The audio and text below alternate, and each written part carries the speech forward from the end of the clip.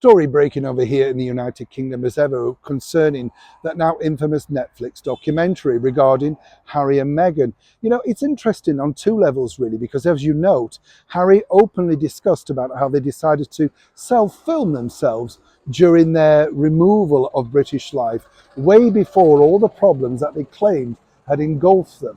And when you think about it, it does make a lot of sense, doesn't it? Because they obviously had a plan from the very first moment.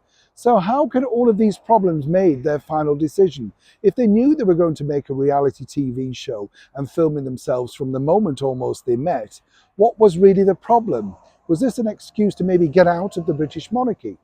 But as we saw in that particular documentary, one of the things that really amazed people was just the level of filming with inside royal palaces. Now, one might say, of course, is that really a problem? After all, they were living there and they were allowed to do what they want.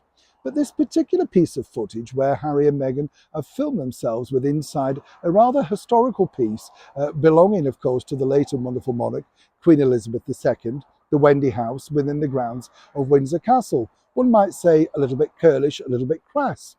Now, of course, the backlash from that was particularly disturbing for them, amongst many other things, as you can imagine, because, you know, who gave them permission?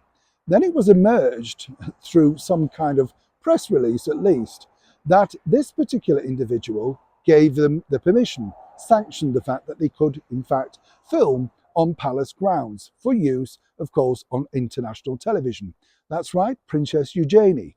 Now, where it's interesting here is, you know, Harry would be the senior royal at that time, so he would not need or need to seek at least permission from the princess to do that. If he wished to do that at that time, he would have needed permission from the reigning monarch, which was Queen Elizabeth II.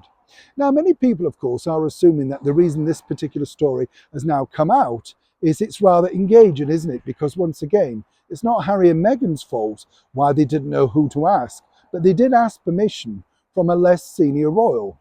Now, given the fact that Prince, along with her father, have been engulfed in some terrible negative PR over the last year, it makes perfect sense, once again, to move the blame, as many people are saying, allegedly. So it also, in the mind of Harry and Meghan, clears them from the fact that they didn't ask permission. In fact, they did. Now, so far, there's no word from the princess as to whether this is true or not. But this has to create an even wider gulf, not just between Harry, Meghan and Eugenie, but of course, other senior members of the British monarchy, who now are all assessing, looking around and wondering if they were secretly, surreptitiously recorded all the while Harry and Meghan were in their midst. As ever, when I know more, you'll know more. Neil Sean in the very heart of London.